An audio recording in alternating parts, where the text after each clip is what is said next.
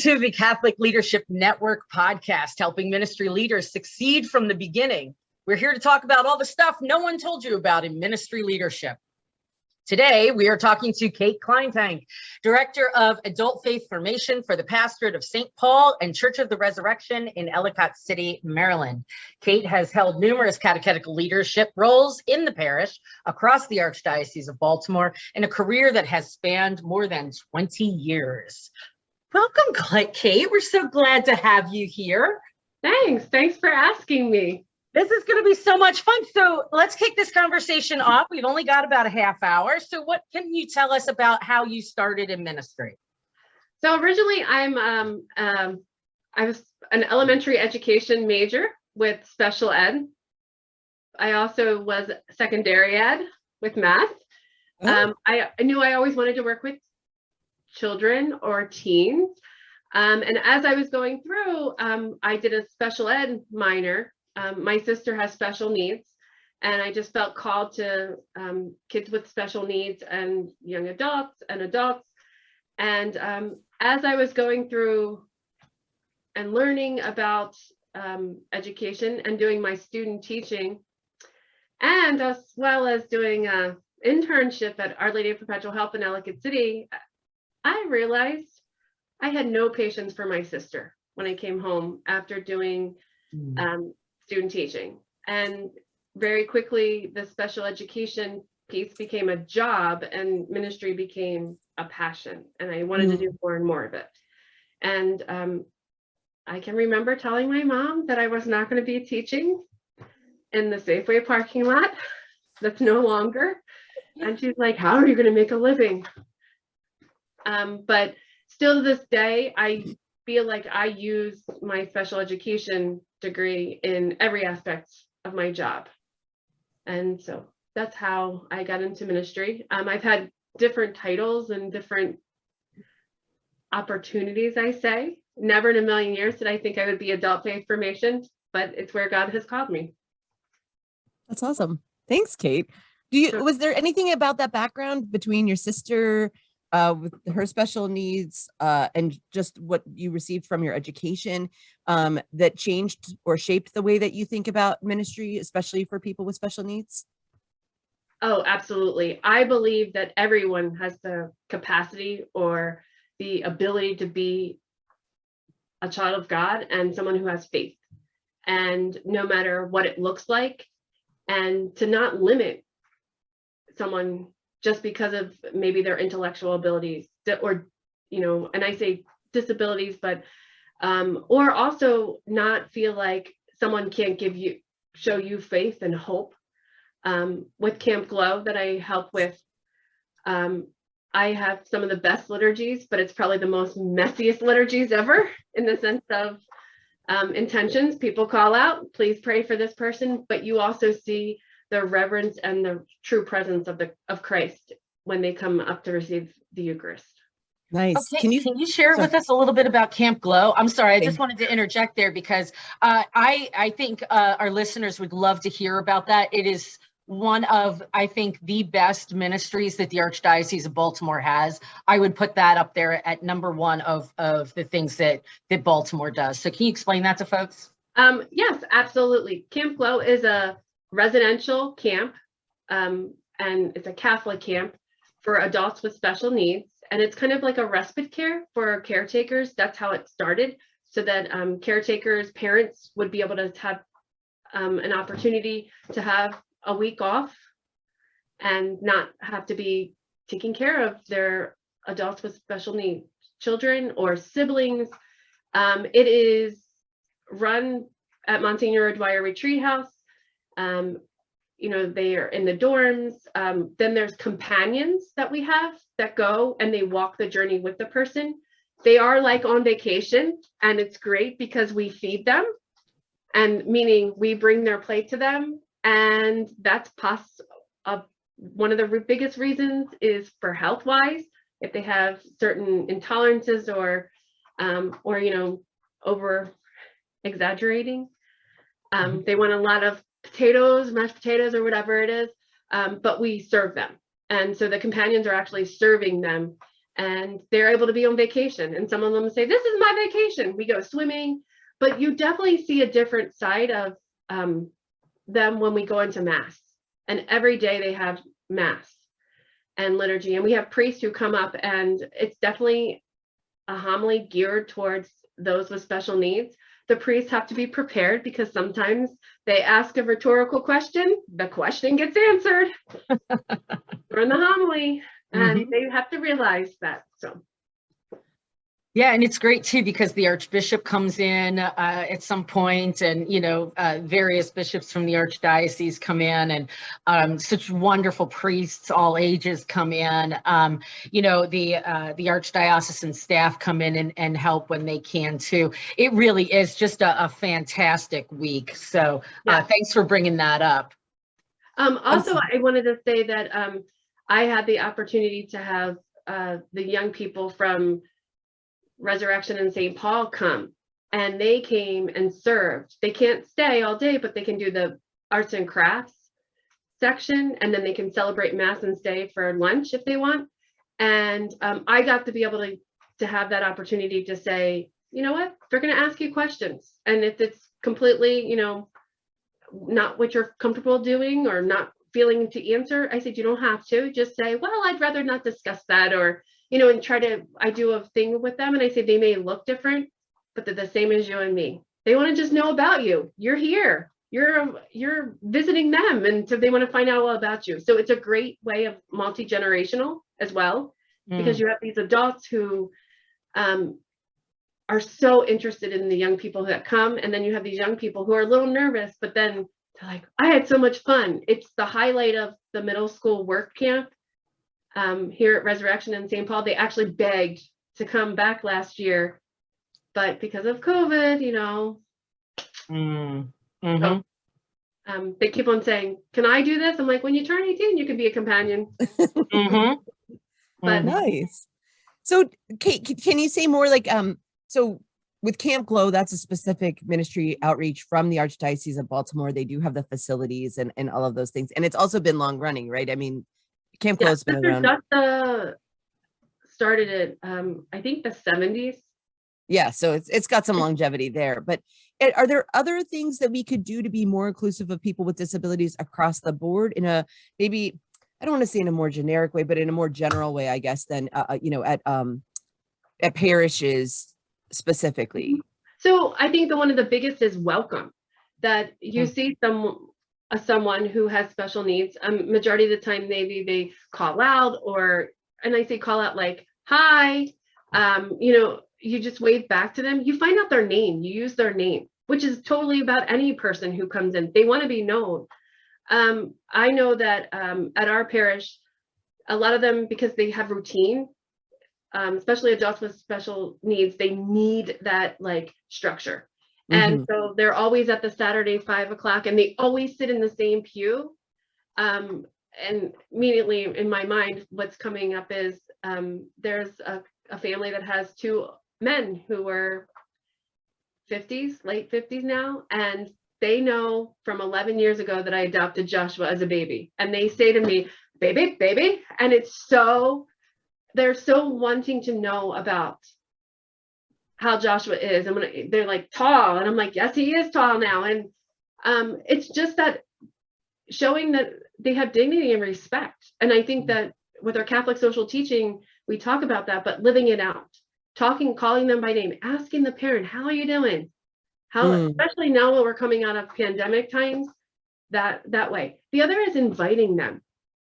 You know, it's okay for so-and-so to be in the background if you want to do one of our Zoom Bible studies, and if they say something. I think that what it now has for me is making sure the invitation, you know, we can prepare them for the sacraments. Yeah. And it's going to look different than the person who is on the normal track, if you want to say normal, but they also have faith. And that's the thing of just watching them walk up to the Eucharist is one of the most amazing things I've ever seen. And don't negate what they have, because they do have faith. And it's amazing that God gives them that faith and to show us. And I believe they're an example of discipleship, just like you or I. Yeah. I love that you're talking about how it's an experience for you as much as it's an experience for them. When you allow space in your heart to expand, to allow that welcome and allow people to come in a different way. I'm going to tell this story, but it's that you may say, I'm not going to use the priest's name, but there was a priest who told me, my sister was preparing for First Communion. She just received it 5 years ago, I think, 4 years ago. And say how old your sister is, Kate. My sister now is 30. She'll be 32 in September, or maybe 33. I should know that, but Noelle is her name, and Noelle is the youngest. I'm the oldest of 7, and I'm her godmother. And so I've always worked in ministry, and my parents have always said, I don't think she'll understand. I don't think, and I really kind of pushed when some curriculum came out from, I think it's Loyola Press, about autism and sacramental preparation. I got it and I did it with her one summer, and I did it on the down low, and I don't want to say down, but I was just working with her, and it was right after my son Joshua received his first communion, and Noelle was then interested because she saw it firsthand.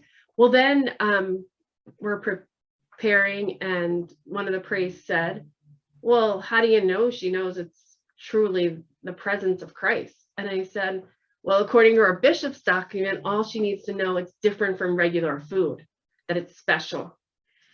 And Deacon Bill Fleming, the owner of Camp Glow, the coordinator of Camp Glow, was in the chapel with me. We were practicing, and I had told him about the exchange the week prior, and he said, we practiced and we realized it was 12:15, and that means it's lunchtime, and we needed to go out to go to lunch. And Deacon Bill and I turned around really quickly, and we're going out the chapel, and Noelle was bowing at the tabernacle before she left. Wow. And so I was like, and Bill looked at me and was like, I think she knows about the true presence. Yeah. More than us, who got caught up in what time it was. And so to me, that was one of the biggest for ministry, to never negate what's going on in their brain. I just got the chills, Kate. That's an amazing story. When we see people getting it, and reminding us about our own faith and reminding us to refocus, I think, wow, I just got the chills. Thanks for sharing that story. Sure, thank you. No, Yeah. and it's something that even when the pandemic happened and we weren't able to have Eucharist, she would come every time I walk in the door. And finally, my pastor, Father John, he's like, you can take it to her. Because I was telling him about it, and he's like, we're not going to advertise, but I'm like, she just needs it. So yeah, that's amazing. Oh my goodness. So Kate, as a ministry leader at a parish, what do I need to be aware of? What are some things that may be stifling that welcoming that I might not be aware of? What are some roadblocks that are generally in parishes that people don't quite think about? I think being aware of just surroundings, and accessibility. Okay. Making sure the handicap door is opened, or if you don't have a door that opens automatically, making sure the doors are propped open for Mass. At Resurrection, we have a pretty steep incline ramp. Going over, and before you touch someone in a wheelchair, just saying, hey, can I help you? Would it be all right if I pushed you? Because that's considered part of their body. The other is making sure if someone wants to be in a liturgical ministry, that you are figuring out how that happens. There are a couple parishes in the Archdiocese that have had ministers of Holy Communion who have Down syndrome, and they understood. And I know that we have someone who probably is on the autism spectrum, but you can't change her position. Like, I made the mistake of going in her spot, not knowing where my position was. It's very important that she knows where she's supposed to be. And because it's that structure piece of it's very black and white. Like, I'm number 5 and don't go there. And I mean, it's not trying to be, it's just, and not being upset with them, because that's how God made them in their brain. Their brain works that way.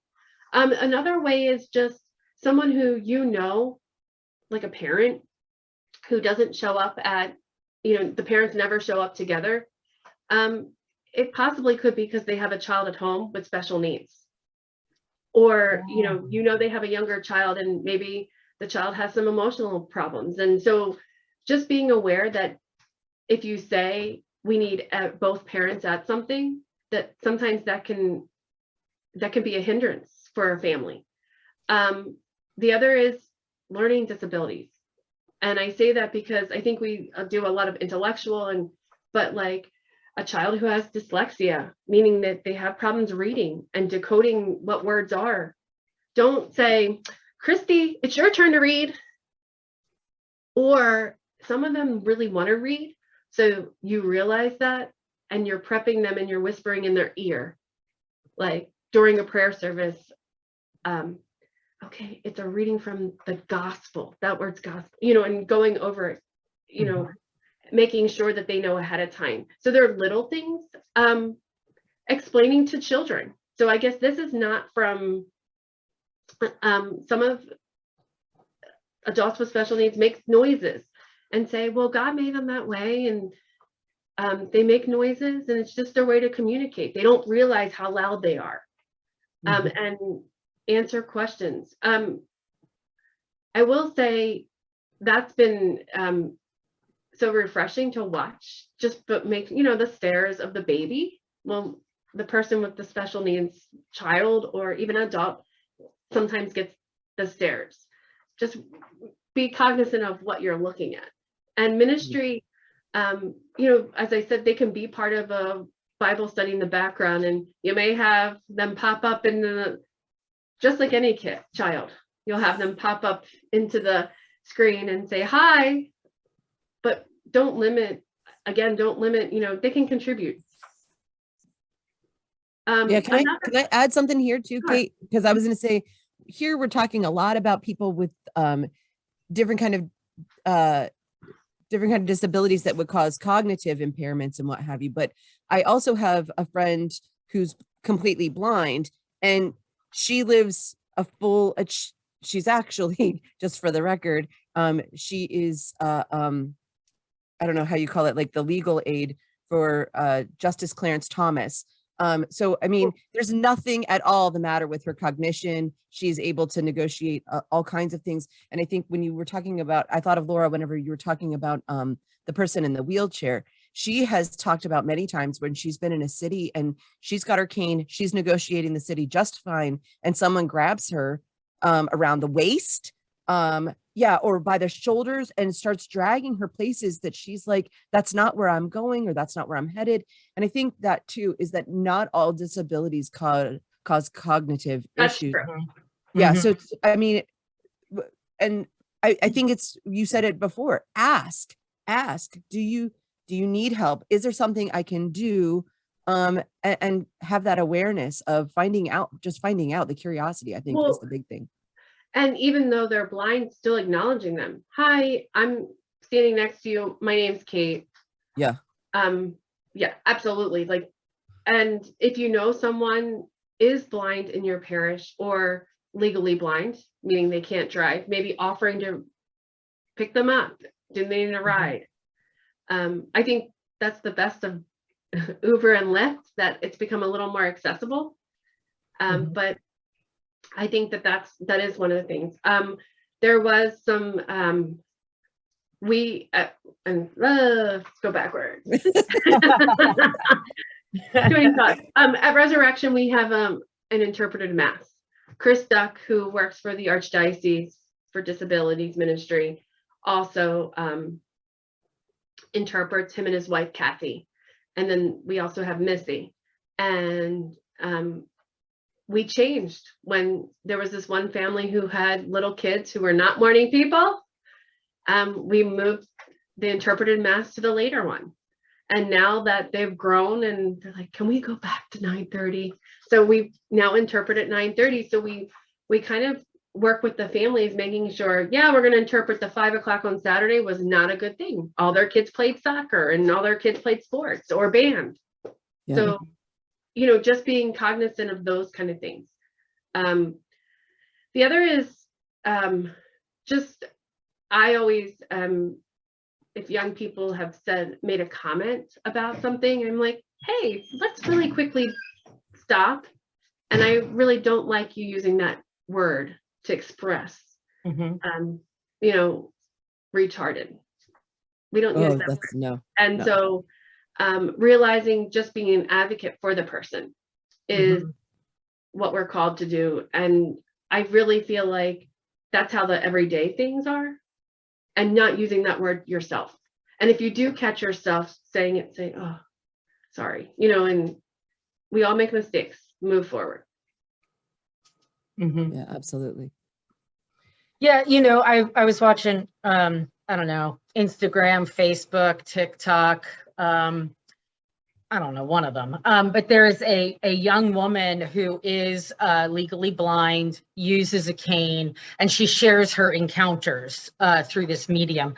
And one of them, she mentioned that she went into a store in the mall, and the person who was the greeter said that, asked, are you blind? And then she said yes. And the woman said, how can I best help you? Right. And she appreciated, she mentioned how much she appreciated that. And so she said, if you could just describe to me what it is. And she went through, like, I think it was a clothes store. So this is the type of fabric it is. This is what it looks like. This is the color. This is the kind of like the ambiance of the type of outfit that it is. But again, the woman with the disabilities was appreciative of not assuming how to help. Again, also because each person with a disability needs different help, different assistance, right? And so I'm wondering too, you know, just as we kind of end our time here, you know, Kate, what do you wish you knew in ministry when you got started about this? And yeah, go ahead. I see you smiling and giggling. Well, I guess because I think because of having my sister Noelle with living in the house, I really, I guess I knew, like, one of the things of making sure the invitation was to the parents, realizing that it's a hard road for parents, not forgetting for parents that they have to grieve the life of the child they thought they had, that they were going to have, because if a child is born with a disability, and I guess I knew that because I've lived it, I push sometimes with kids with special needs, because I think so many times we're like, oh, it's all right, they can do whatever. No, they can still have expectations. I wish in ministry, my first years at youth ministry, maybe I had more conversation about my sister and bringing her around more, just so that they the middle school and high school teens were able to see, because I started out in youth ministry, that would have been the opportunity, because I think that's the age of getting them to realize it's not okay to make fun of someone and things like that. So I wish I would have been a little more comfortable talking about it myself. Yeah, thank you for that, Kate. But also, go ahead. But just that piece of for my parents, my mom always says, allowing them to grieve, like just being there for the couples who have found out their child has Down syndrome, or a couple who's gotten different prognosis of a child, or when they find out their child has dyslexia, just reaching out to them and saying, you know what, if faith formation doesn't work, the traditional way, we can work on it. And being pastoral, being that it's not just the number or the program that you've set, that it needs to be a little individualized for that child. That's great. Yeah, thank you for that. Any final thoughts, Christy, Kate? I think we might make it this time to our 30-minute mark. I know. People are going to be like, well, where's my last 4 minutes? Folks, if this is just your first podcast here, we try to keep it to 30 minutes, but legit the last, 5-6 times it's been 34 minutes almost to the dot. So now she's going to make it 34 Now I'm going to make it 34 minutes. She didn't Oh my think of the goodness. closing. Oh my goodness. Any final thoughts before we close it down and thank everybody for being here? I just think this is really helpful in ministry to open your, to lift up the blinders, I guess, because that's, I think, folks with disabilities, people living with, different situations, that's something that we are often blind to because we just think about the mainstream and the major stuff, like you were saying, Kate, like the normative, and we need to look around and see everybody that's here. Yeah. I had one of my catechists, I never knew that he was not, that he had, one of my catechists at Resurrection, as when I was the DRE, he was teaching for me, and I never knew he had a son with autism on the spectrum until I saw him up in the balcony and the boy would go back and forth and walk. And I'm like, you have a son? I didn't know you had another son. I thought it was just 3 of you. It's 4 of you. And he's like, yeah, you didn't know? And he's like, we've been going to another parish for special needs for elementary students because they had a special program. And I'm like, oh, I said, I wish I would have, and he's like, oh, I'm like, my sister does. Well, then it became this relationship that I would always make him say hi to me. To this day, he's like 18 now. He turns his head when he sees me because he doesn't want to be made to say hi to me. Aww. Oh my goodness. Well, Kate, thanks for joining us today. We really appreciate it and hope maybe you'll come back again to share some more stories and resources that you have available to you. Thank you for your ministry and opening our eyes to new ways to see folks that are in our midst. They are there. I took a ton of notes. You saw me looking down. I wrote a whole ton of notes here on my paper. And so thank you. Thank you very much for that. Thank you. Thank you, everyone, for joining us today on the Catholic Leadership Network podcast. Please click like, subscribe, and please share with your ministry friends and families that we are here to talk about all the stuff no one told you about in ministry leadership. We're here to help you succeed in ministry. So join us the next time, and we'll see you soon. Bye, everyone. Bye.